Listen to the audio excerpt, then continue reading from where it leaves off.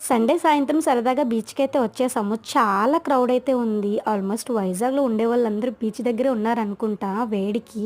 బీచ్‌కొస్తే మీరేమేమి తింటారో కామెంట్ సెక్షన్‌లో కామెంట్ చేయండి. నాకైతే ఐస్ క్రీమ్ తినడం అంటే బాగా ఇష్టం.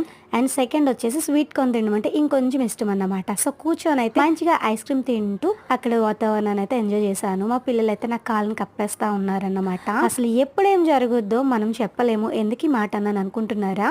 ఒక ఆవిడ ఫోన్ అయితే పోయింది. ఎలాగంటే ఆమె ఫోన్ తీసుకొని ఒళ్ళో పెట్టుకొని కూర్చుందంట. ఒక పెద్ద అల అయితే వచ్చింది. ఇంకా తడిపేసింది. తడిపేయగానే జస్ట్ ఆమె లెగిచిందంట. లేవగానే ఫోన్ అయితే కిందన పడిపోయింది. జస్ట్ తీసే లోపే ఇంకొక పెద్ద అల అయితే వచ్చింది. ఇంకా సముద్రంలో కొట్టుకొని వెళ్ళిపోయింది. అసలు ఫోన్ కూడా 3 డేస్ బ్యాకే కొన్నారంట. కొత్త మొబైల్. అసలు తను చాలా బాధపడుతున్నారు. చాలా బాధ అనిపించింది చూడంగానే. ఇంకా కాసేపు అయితే బీచ్ దగ్గర ఉండేసి వచ్చేసామన్నమాట.